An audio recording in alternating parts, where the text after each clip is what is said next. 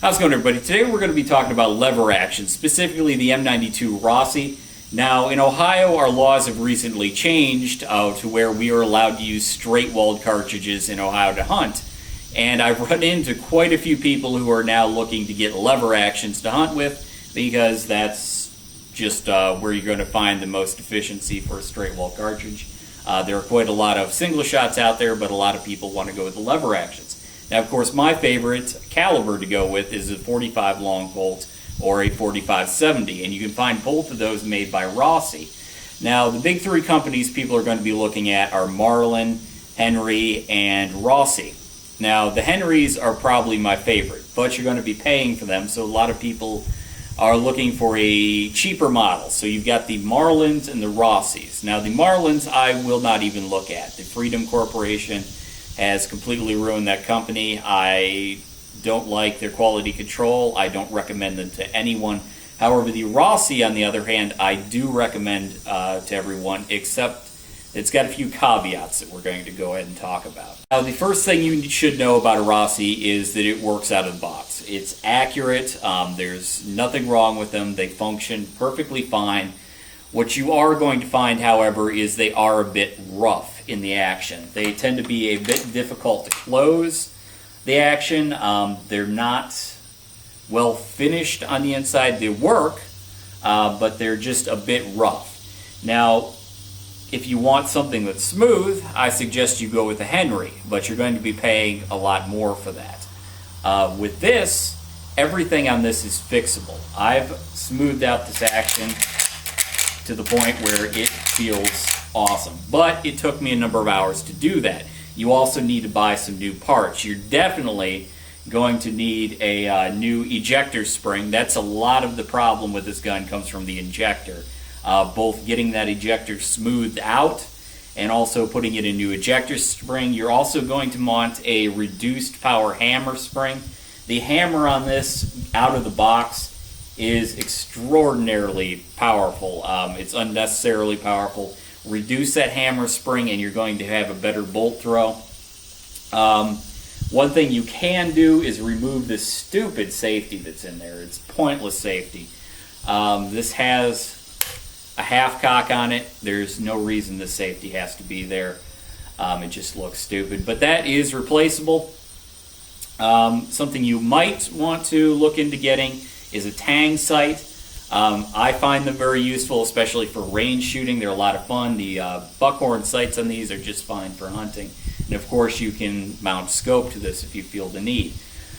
Now, in terms of barrel length, it comes in a number of different barrels. I went with the 24-inch. What you need to think about if you're looking at the barrel length between 16, 20, and 24 is, do you reload? If the answer is no, talking specifically about 45 long colt here, if you do not reload and you're going to be using standard store-bought ammunition for this, it does not matter what you use. It absolutely does not matter if you go for 16, 20, or 24. You are going to get no more performance out of any of their. I mean, you will get slightly more velocity, but really it's not going to matter. The reason I ask if you reload is because in this gun you can use Ruger-only 45 long colt, which changes the game completely. You go from something that goes 900 feet per second with a 200 grain bullet to something that uses a 255 grain bullet going 1700 feet per second.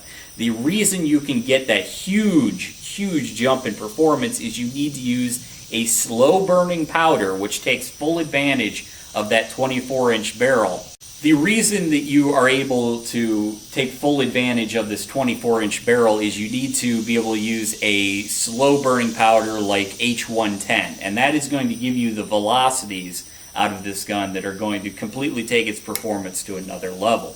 Now, the reason that standard loaded 45 long colt is anemic and really not that great for hunting is because they have to load those for antiquated guns that were around since possibly even black powder was loaded in these cartridges, and guns that just can't take the pressure. So for legal reasons, the companies cannot load 45 long colt up to its full potential because it'll blow up guns. However, if you're a hand loader, this is a modern gun. This is the same frame, action, everything that will be used in 454 Cazul, 44 Magnum. So it can take the pressure of a 45 Ruger only, which is a completely different bullet compared to a standard 45 Colt. It completely changes the game. It makes it as powerful, possibly even more powerful, than a 44 Magnum. 45 long Colt out of this gun is a completely different thing. It is able to take on anything in North America, and it's able to use the exceptional 255 grain Elmer K semi-wad cutters. These are excellent for hunting, and they completely change the way this gun shoots. With a standard 45, you're barely able to get it out to 100 yards. It's like, I think, a 6-inch drop at 100 yards. With these traveling 1,700 feet per second out of this gun to travel like 1,500 out of a Ruger Blackhawk, but about 1,700 out of this 24-inch barrel with H110 powder. It's a completely different deal. Accuracy improves, everything improves with that higher velocity. Now, in order to get it there, like I said, you're going to have to spend a lot of time smoothing out the action in order to make this gun as good as a Henry, but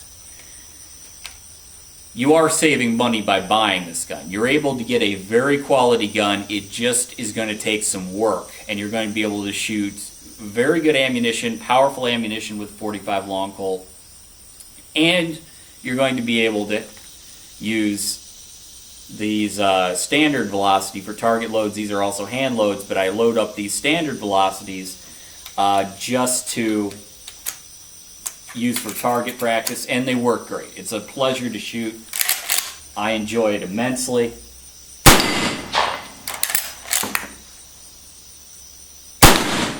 But as you can see, there's not a whole lot of recoil with those standard power loads.